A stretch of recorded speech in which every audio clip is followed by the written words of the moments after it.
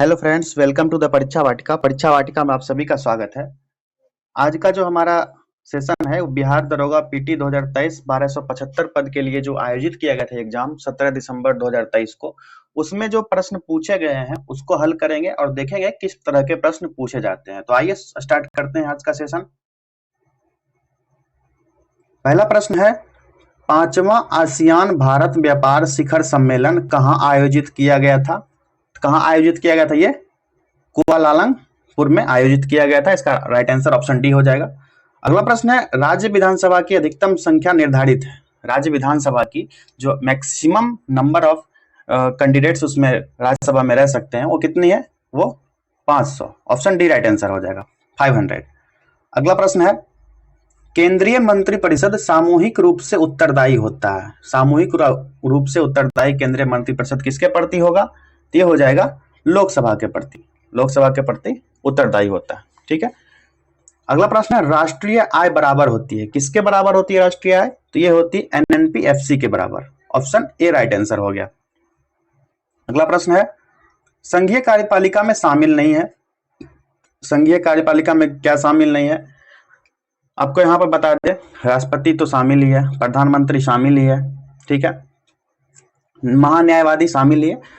तो option D हो जाएगा राइट आंसर। नहीं पूछ रहा है कौन शामिल नहीं है, तो क्या शामिल नहीं होगा।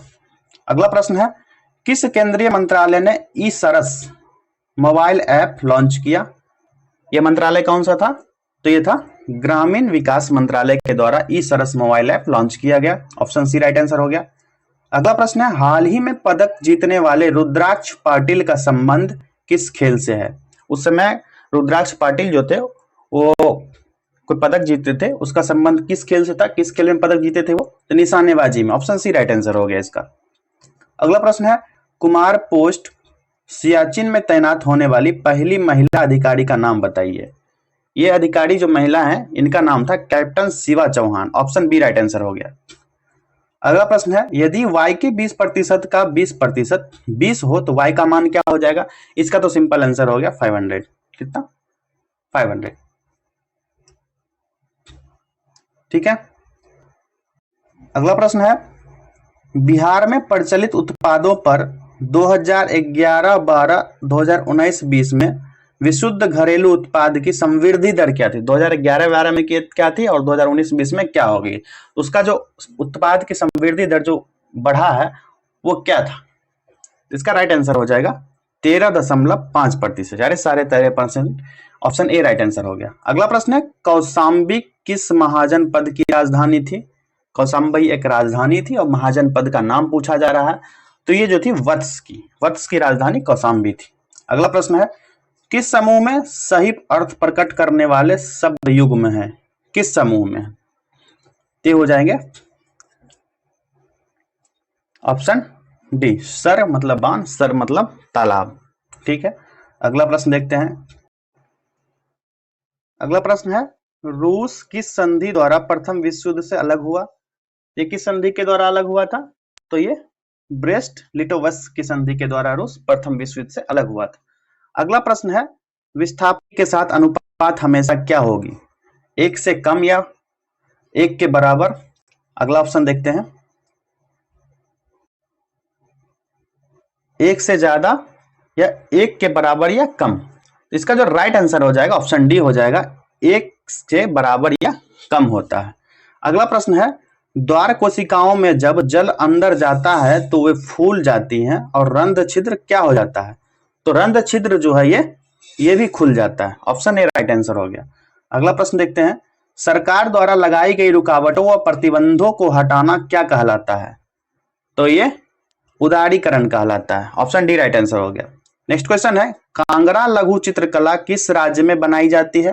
तो कांगड़ा लघु चित्रकला जो है दोस्तों ये हिमाचल प्रदेश में बनाई जाती है। ऑप्शन बी राइट आंसर हो गया। नेक्स्ट क्वेश्चन है, मानव विकास सूचकांक को प्रकाशित किया जाता है। कैसे प्रकाशित किया जाता है मानव विकास सूचकांक को? ये यूएनडीपी द्वारा यानी संयुक्त राष्ट्र विकास कार्यक्रम द्वारा मानव विकास सूचकांक प्रकाशित किया जाता है। नेक्स्ट क्वेश्चन है, the spirit of the laws नामक रचना का लेखक कौन था?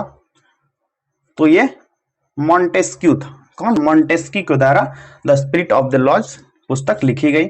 नेक्स्ट क्वेश्चन देखते हैं। भारत सरकार द्वारा जनजातियों के स्वशासन के विभिन्न आयामों का परीक्षण करने के लिए गठित समिति का नाम बताइए। ये गठित समिति कौन सा था? भूरिया समिति। भूरिया समिति ने ये समिति का गठन किया था। नेक्स्ट क्वेश्चन देखते हैं। उपभोक्ताओं के जिस अधिकार के तहत वस्तुओं व सेवाओं के विनिर्माता द्वारा पैकिंग पर सूचना दर्शाई जाती है, वह सूचना कौन सी सूचना होती है? ये पूछा जा रहा है। तो ये सूचना है चयन करने का अधिकार, right to choose, right to choose. Next question देखते हैं। अभिनेत्र लेंस की वक्रता रूपांतरित की जा सकती है। कैसे रूपांतरित की जा सकती है? तो ये पक्षमावी पेशियों द्वारा। ऑप्शन बी राइट आंसर हो जाएगा, पक्षमावी पेशियों द्वारा। नेक्स्ट क्वेश्चन है। राष्ट्रपति राज्यसभा में कितने सदस्य मनोनीत कर सकता है? कितने सदस्य मनोनीत कर सकता है राष्ट्रपति? तो 12 सदस्य। कितने? 12 सदस्य राष्ट्रपति मनोनीत कर सकता है।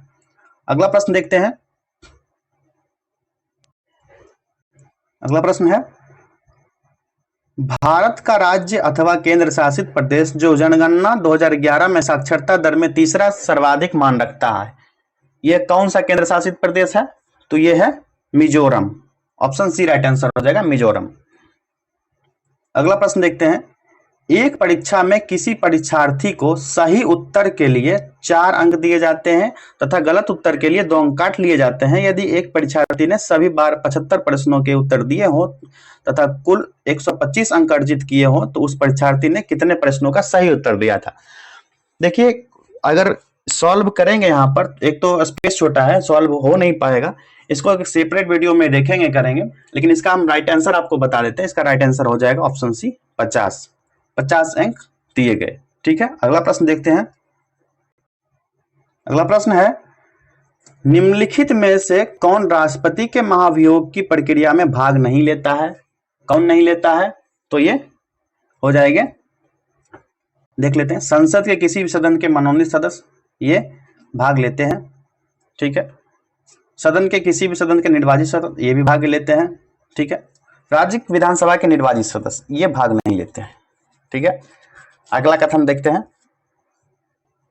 दिल्ली एवं पुदुचेरी संघ राज्य क्षेत्र के विधानसभा के निर्वाचित सदस्य ये भी भाग नहीं लेते हैं। यानी ऑप्शन 3, कथन 3 और 4 ये भाग नहीं लेता है। तो स्कूट के according option C right answer हो जाएगा। 3 और 4 ये दोनों कथन गलत हैं और ये भाग नहीं लेते हैं। अगला प्रश्न देखते हैं। एकरा की राजधानी है, एकरा एक कंट्री है, इसकी राजधानी कहाँ है? तो ये घाना। घाना, घाना की राजधानी एकरा है। एकरा एक राजधानी है और ये घाना की राजधानी है। नेक्स्ट क्वेश्चन है। निम्नलिखित में से किस संगठन ने हाल ही में ऑपरेशन गरुड़ चलाया है? ये संगठन का नाम पूछा जा रहा है, तो ये सीबीआई के द्वारा ऑपरेशन गरुड़ चलाया गया। अगला प्रश्न देखते हैं। एक दूरदर्शी में अभिदृश्य उत्तल लेंस के स्थान पर परावलय दर्पण का उपयोग क्यों लाभकारी है? सबसे अधिक सही उत्तर चुनने के लिए कहा जा रहा है। जो इसमें सबसे उपयुक्त उत्तर होगा ये कौन सा होगा? तो इसका राइट आंसर हो जाएगा ऑप्शन सी। ऑप्शन सी हो गया राइट आंसर। इसको पूरा कर लेते हैं, देखते हैं ऊपर। परवलय दर्पण में उत्तल लेंस की तुलना में रंग संबंधी असामान्यता एवं गोलाकार विलक्षण नहीं होता है एवं दर्पण उत्तल लेंस की तुलना में हल्का होता है, इसलिए ऑप्शन सी राइट आंसर हो गया। अगला प्रश्न देखते हैं। बलवंत राय मेहता कमेटी संबंधित है, किससे संबंधित है बलवंत राय मेहता कमेटी? तो यह संबंधित है पंचायती राज से, पंचायती राज से संबंधित है। अगला प्रश्न है। कोसी नदी बिहार के किस शहर में गंगा नदी से मिलती है? किस शहर में मिलती है? आप लोग को पता ही होगा, ये कुर्सेला में मिलती है। अगला प्रश्न देखते हैं। निम्न संतों के कालक्रम को सजाएं। यह संत दिए गए हैं, उनका कालक्रम जो सजाना है तो ये है पहले, ठीक है, पहले ये हो गए, उसके बाद नामदेव, उसके बाद चैतन्य, चैतन्य महागुरु तीसरे स्थान पर, उसके बाद चौथा तुलसीदास। 2, 4, 1 और 3 कौन सा कूट है? Option A. Option A right answer हो गया इसका। ठीक है, अगला प्रश्न देखते हैं। स्वावलंबन 2.0 लॉन्च किया गया, किसके द्वारा स्वावलंबन 2.0 लॉन्च किया गया? तो नौसेना के द्वारा। अगला प्रश्न है, इलेक्ट्रिक स्कूटर विदा विदा किसके द्वारा लॉन्च किया गया? तो ये हीरो मोटोकॉर्प के द्वारा विदा स्कूटी इलेक्ट्रिक स्कूटर है, उसको लॉन्च किया गया। नेक्स्ट क्वेश्चन देखते हैं। अलीनगर की संधि किसके बीच हुई थी? किसके बीच हुआ था अलीनगर की संधि? तो हुआ था ब्रिटिश साम्राज्य और सिराजुद्दौला के बीच। अगला प्रश्न है, प्लेइंग इट माई वेज किसकी रचना है? तो प्लेइंग इट माई वेज जो है रचना किसकी है? सचिन तेंदुलकर की, God of cricket Sachin Tendulkar की रचना है। नेक्स्ट क्वेश्चन देखते हैं, मुगल मेवाड़ संधि कब हुआ है? मुगल मेवाड़ संधि के बारे में पूछा जा रहा है। तो ये मुगल मेवाड़ संधि जो है 1615 ईस्वी में हुआ। नेक्स्ट क्वेश्चन है, मंगल पांडे किस नेटिव इन्फेंट्री से संबंधित थे? तो मंगल पांडे 34 NI से संबंधित थे। नेक्स्ट क्वेश्चन है, राष्ट्रीय आपातकाल के दौरान अनुच्छेद 19 किस अनुच्छेद के तहत निलंबित किया जा सकता है? किस अनुच्छेद के तहत? आप लोग को पता ही है, ये अनुच्छेद 358 358 आर्टिकल के तहत अनुच्छेद 19 निलंबित किया जा सकता है। नेक्स्ट क्वेश्चन है कि बैलाडीला खान किस लिए प्रसिद्ध है? ये आपको मॉक टेस्ट जब प्रैक्टिस टेस्ट करा रहे थे उसमें भी बताए थे। बैलाडीला खान जो है ये लौह अयस्क के लिए प्रसिद्ध है। अगला प्रश्न है, प्रोजेक्ट 75I किससे संबंधित है? प्रोजेक्ट 75I जो है ये पनडुब्बी से संबंधित है। नेक्स्ट क्वेश्चन है, ब्रॉन्ज मेडल किसका मिश्रण है? तो ब्रॉन्ज मेडल जो हो जाएगा ये किसका? Cu+Sn का मिश्रण है। अगला प्रश्न है, रुको, पश्चिम घाट में प्रचलित कुद्रेमुख क्या है? पश्चिमी घाट में प्रचलित कुद्रेमुख क्या है पूछा जा रहा है। तो ये पर्वत चोटी है। क्या? पर्वत चोटी है। अगला प्रश्न है, भारत का एकमात्र तैरता हुआ राष्ट्रीय उद्यान। भारत का एकमात्र तैरता हुआ राष्ट्रीय उद्यान आप लोग को पता है किबुल लामजाओ है, किबुल लामजाओ। नेक्स्ट क्वेश्चन देखते हैं, निम्न में से किस संस्था को RBI विनियमन नहीं करता है? यहां पर नहीं पूछा जा रहा है, तो किसको नहीं करता है ये?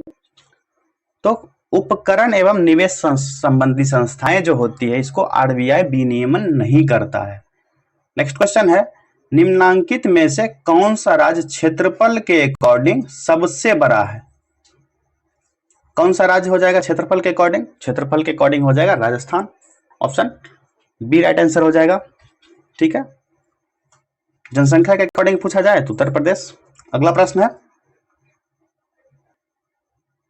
2 अंग्रेजी के प्रश्न और 2 हिंदी के प्रश्न पूछे जाते हैं। तो ये प्रश्न है, change the following sentence into passive voice from the options given below. यहां पर एक्टिव वॉइस दिया गया है, आई eat a banana every day. तो आप लोग इसका आंसर कमेंट कीजिए। I eat a banana every day को पैसिव वॉइस में कन्वर्ट करना है। इसका राइट आंसर हो जाएगा, a banana is eaten by me every day. ठीक है, नेक्स्ट क्वेश्चन है, निम्नलिखित तत्वों में सबसे कम विद्युत ऋणात्मकता है? किस तत्व में सबसे कम विद्युत ऋणात्मकता होगी? तो ये लिथियम की, Li की, और लिथियम एक अक्रिय गैस भी है। नेक्स्ट क्वेश्चन देखते हैं, एक समान वृत्तीय गति में निम्न राशि स्थिर रहती है। एक समान वृत्तीय गति में निम्न राशि स्थिर रहती है। कब स्थिर रहेगी? जब चाल स्थिर रहेगी। ऑप्शन ए राइट आंसर हो गया। अगला प्रश्न है, निम्नलिखित निवारक निरोध अधिनियम को काल क्रम के अनुसार व्यवस्थित करना बोला जा रहा है। कौन सा कालक्रम पहले था? यहां पर आप लोग देख सकते हैं, कथन दिया गया है, राष्ट्रीय सुरक्षा अधिनियम, आंतरिक सुरक्षा व्यवस्था अधिनियम, स्वापक औषधि और मनः प्रभावी पदार्थ अवैध व्यापार निवारक अधिनियम, विदेशी मुद्रा के संरक्षण और तस्करी गतिविधियों की रोकथाम अधिनियम। आइए देखते हैं कूट कौन सा आंसर इसका सही होगा, देख लेते हैं। अकॉर्डिंग टू कूट इसका जो राइट आंसर हो जाएगा ऑप्शन ए 2, 4, 1 और 3, ये सही क्रम हो जाएगा इस प्रश्न का। ठीक है, नेक्स्ट क्वेश्चन देख लेते हैं। निम्नलिखित में से कौन अभिसरणीय द्रवों को अलग करने की एक विधि है? यह विधि कौन सी है? यह विधि हो जाएगी प्रभाजी आसवन विधि के द्वारा अभिसरणीय द्रवों को अलग किया जा सकता है। ऑप्शन बी राइट आंसर हो गया। अगला प्रश्न है, गंगा के निचले मैदान किस फसल के लिए आदर्श परिस्थिति प्रदान करते हैं? गंगा का जो निचला मैदान है कौन सा फसल के लिए एक अच्छा सा परिस्थिति प्रदान करेगा? तो ये जूट की खेती में बेहतरीन के लिए किया जाता है। ऑप्शन ए राइट आंसर हो जाएगा। अगला प्रश्न है, निम्नलिखित में से कौन से द्वितीयक समकों के स्रोत हैं? द्वितीयक समकों के स्रोत कौन से हैं? सरकारी रिपोर्ट, समाचार पत्र, पुस्तक, वेबसाइट, ये सभी हैं, ये सभी हो जाएंगे। इस प्रकार इस प्रश्न का जो राइट आंसर हो जाएगा ऑप्शन डी 1, 2, 3 और 4। अगला प्रश्न है, प्राचीन मगध राज्य की प्रथम राजधानी कौन सा शहर था? कौन सा शहर था? तो ये राजगीर था। कौन? राजगीर, जिसको राजगृह के नाम से भी जानते हैं, राजगृह। अगला प्रश्न देखते हैं, निम्न में से कौन प्रोटोजोआ जनित रोग है? प्रोटोजोआ से जनित रोग कौन सा हो जाएगा? तो ये हो जाएगा कालाजार। कालाजार जो है प्रोटोजोआ से जनित रोग है। अगला प्रश्न है, मोटोजी भारत रेस 2023 निम्नलिखित में से किस शहर में आयोजित की गई? तो ये ग्रेटर नोएडा में आयोजित किया गया था। वायु में ध्वनि तरंगे विचरण करती हैं, कैसे विचरण करती हैं? तो ये केवल अनुदैर्घ्य तरंगों के रूप में वायु में ध्वनि तरंगे विचरण करती है। ऑप्शन डी राइट आंसर हो जाएगा, केवल अनुदैर्घ्य तरंग के रूप में। अगला प्रश्न है, भारत के रक्षा मंत्रालय द्वारा माइक्रोसॉफ्ट ऑपरेटिंग सिस्टम को बदलकर कौन सा ऑपरेटिंग सिस्टम लेने जा रहा है? इस ऑपरेटिंग सिस्टम का नाम पूछा जा रहा है, तो ये माया, इसका नाम है माया। ऑप्शन बी राइट आंसर हो जाएगा। नेक्स्ट क्वेश्चन है, वर्ष 2011 में भारत में किस केंद्र शासित प्रदेश में लिंगानुपात न्यूनतम रहा था? कौन सा केंद्र शासित प्रदेश था ये? तो ये था दमन और दीव। ठीक है, अगला प्रश्न देखते हैं। अगला प्रश्न है, त्रिज्या a तथा ऊंचाई b वाले एक लंबवृत्तीय बेलन के वक्रीय सतह का क्षेत्रफल है। तो इसका जो राइट आंसर हो जाएगा ऑप्शन ए हो जाएगा 2 पाई AB। नेक्स्ट क्वेश्चन देखते हैं, बहुत ठंडे मौसम में सिंक निम्न में से किस कारण से पाउडर में बदल जाता है? किस कारण से? तो इसका राइट आंसर हो जाएगा सफेद सिंक के सलेटी सिंक में बदलने के कारण, जो कि अक्रिस्टलीय है। इस वजह से यह ठंडे मौसम में पाउडर में बदल जाता है। नेक्स्ट क्वेश्चन देखते हैं। अगला प्रश्न है कि नॉर्वे शतरंज ब्लिट्ज टूर्नामेंट में किस भारतीय शतरंज खिलाड़ी ने मैग्नस कार्लसन को हराया? ये खिलाड़ी का नाम था डी गुकेश। ठीक है, नेक्स्ट क्वेश्चन है, पूर्ति के नियम के अकॉर्डिंग एक वस्तु की कीमत एवं उसकी पूर्ति मात्रा में मध्य संबंध होता है, उसके बीच का संबंध पूछा जा रहा है। तो ये संबंध होता है धनात्मक संबंध। ऑप्शन सी राइट आंसर हो जाएगा, धनात्मक यानी पॉजिटिव रिलेशन होता है इसके बीच। ठीक है, नेक्स्ट क्वेश्चन देखते हैं, किसी खेत में क्रमवार नियोजित कार्यक्रम के अनुसार विभिन्न फसलों को उगाने को क्या कहते हैं? तो इसको फसल चक्र कहा जाता है। सिंपल सा क्वेश्चन है, फसल चक्र कहा जाएगा। रुपयाह मुद्रा है, किस देश की रुपयाह मुद्रा है? कहां पे बोला जाता है ये रुपयाह? तो ये इंडोनेशिया की मुद्रा है रुपयाह। ठीक है, बहुत सारे कंट्री, जैसे जितने भी कंट्री हैं, कंट्री, उनके कैपिटल और उनके करेंसी, ये आप लोग एकदम कंठस्थ रखिए।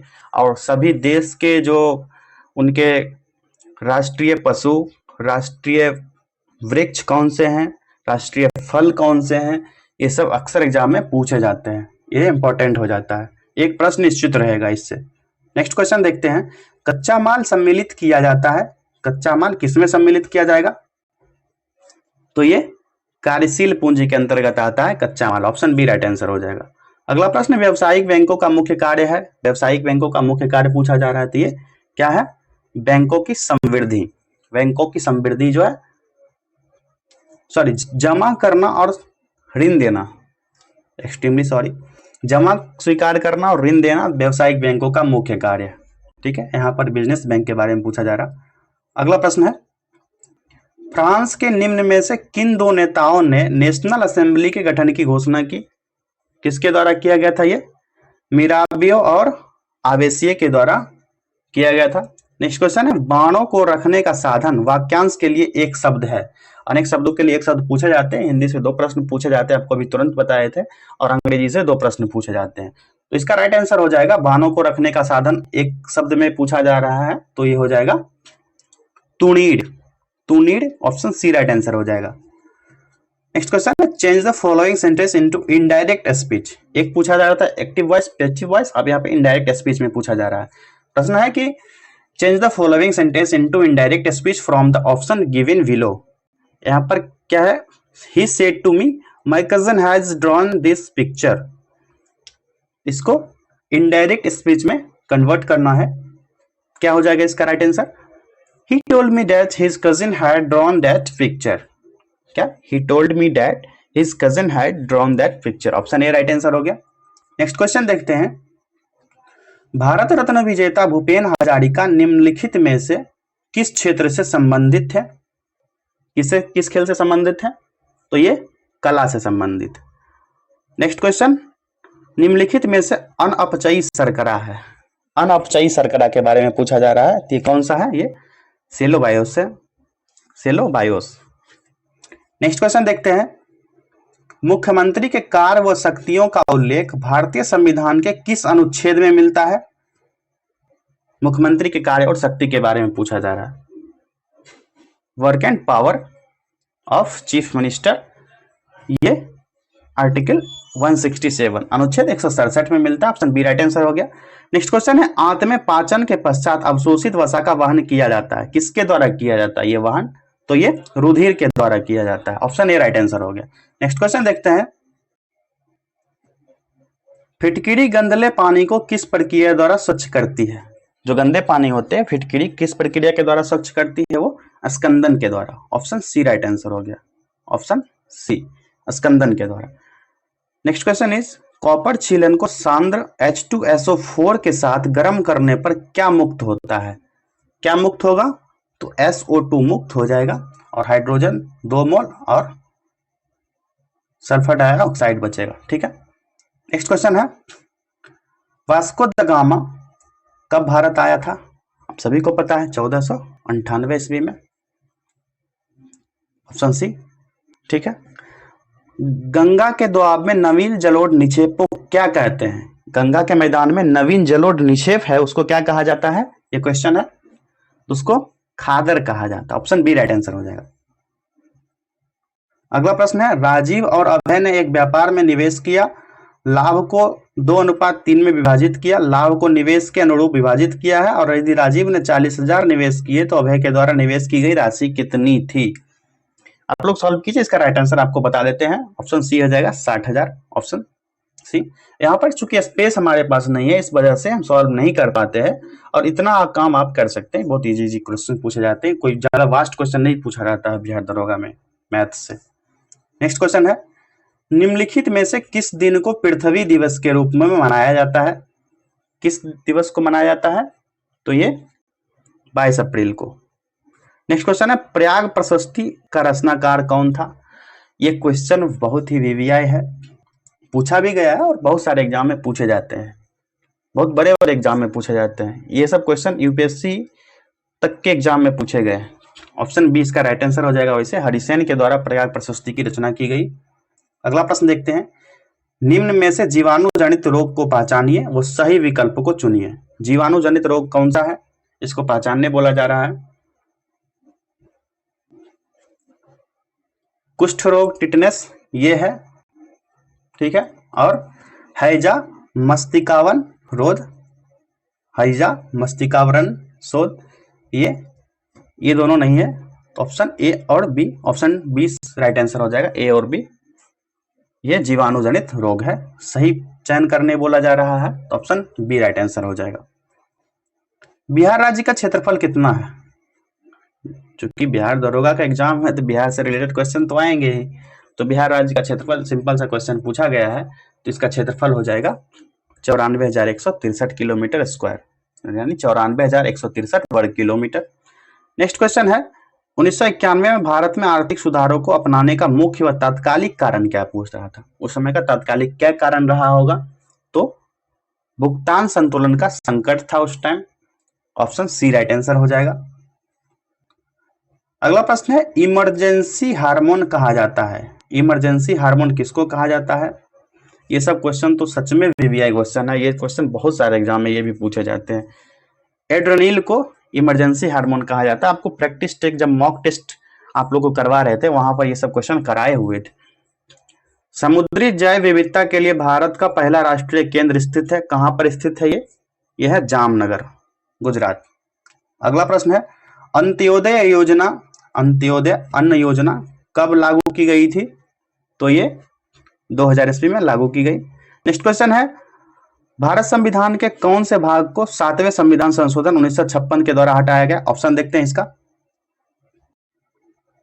तो ऑप्शन बी 7वां संशोधन द्वारा भाग 7 को 1956 में हटाया गया। नेक्स्ट क्वेश्चन है प्रक्षेप जिसमें केंद्र से सभी बिंदुओं की दिशाओं को सही सही दर्शाया जाता है वो कौन सा प्रक्षेप कहलाता है? तो वो दिगंशीय प्रक्षेप कहलाता है। नेक्स्ट क्वेश्चन इज कौन सी अंतरराष्ट्रीय सीमा को पार किए बिना आप भारत से तिब्बत जा सकते हैं? यहां पर जिसको पार नहीं करना है वो सीमा को और आप तिब्बत जा सकते हैं। ठीक है, कौन सा सीमा हो जाएगा? तो भारत म्यांमार का सीमा जो है इसको पार किए बिना आप भारत से तिब्बत जा सकते हैं। नेक्स्ट क्वेश्चन है यदि सीमांत उपभोग प्रकृति MPC इज इक्वल टू 0.8 है तो गुणक का मान क्या हो? गुणक का मान पूछा जा रहा है। यदि सीमांत उपभोग की प्रकृति जो है MPC इज इक्वल टू 0.8 तो गुणक का मान पूछा जा रहा है, तो गुणक का मान जो हो जाएगा वो 5 हो जाएगा। ऑप्शन ए राइट आंसर हो जाएगा। नेक्स्ट क्वेश्चन 1000 रुपए की राशि पर 10% प्रति वर्ष की दर से साधारण और चक्रवर्ती ब्याज के बीच 4 वर्ष के बाद अंतर क्या होगा? साधारण ब्याज और चक्रवर्ती ब्याज दोनों आप लोग ज्ञात कर लीजिएगा। 1000 रुपए का 10% के आधार पर और दोनों के बीच में जितना आएगा उसके बीच का अंतर पूछा जा रहा है, तो इसे इसका राइट आंसर हो जाएगा ऑप्शन डी 64.64 रुपया 10 पैसा। आप लोग सॉल्व कर लीजिए, क्वेश्चन इजी है। अल हिलाल नामक अखबार की स्थापना किसने की थी? तो ये अबुल कलाम आजाद के द्वारा अल हिलाल नामक अखबार की स्थापना की गई थी। अगला प्रश्न है अधिसूचित क्षेत्र समिति के सदस्य कौन होते हैं? तो ये राज्य सरकार द्वारा मनोनीत होते हैं। अगला प्रश्न है निम्नलिखित में से कौन बंगाल में अस्थायी बंदोबस्त का प्रस्तावक था? बंगाल में अस्थायी बंदोबस्त जब हुआ था तो उसका प्रस्तावक कौन था? तो वो सर जॉन सोर था। नेक्स्ट क्वेश्चन है कि ध्वनि का वेग सबसे तेज होता है कहां पर होता है? ये इजी क्वेश्चन है और बहुत सारे एग्जाम में पूछे जाते हैं। तो ये स्टील में ध्वनि का वेग सबसे तेज होता है, टन की आवाज आती है।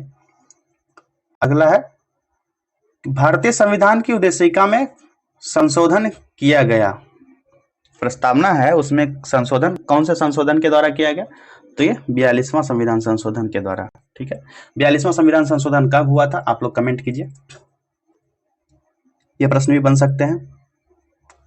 अगला प्रश्न है श्रेणी 1 square 2 square x 3 square x square 4 square x cube plus x less than 1 के अनंत पदों का योग क्या है?